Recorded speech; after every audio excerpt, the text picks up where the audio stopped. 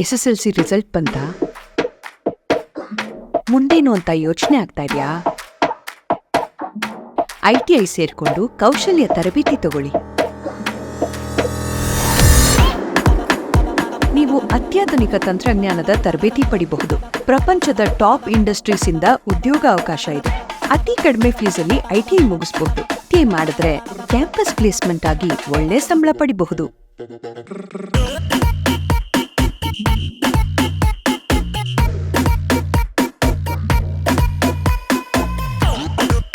ಹೆಚ್ಚಿನ ಮಾಹಿತಿಗೆ ಸಹಾಯವಾಣಿ ಸಂಖ್ಯೆ 155267ಕ್ಕೆ ಕರೆ ಮಾಡಿ ಅಥವಾ ಹತ್ತಿರದ ಸರ್ಕಾರಿ ಕೈಗಾರಿಕಾ ತರಬೇತಿ ಸಂಸ್ಥೆಗೆ ಭೇಟಿ ಕೊಡಿ. ITIಗೆ ನೀವು ಆನ್ಲೈನ್ ಮೂಲಕನೂ ಅರ್ಜಿ ಸಲ್ಲಿಸಬಹುದು.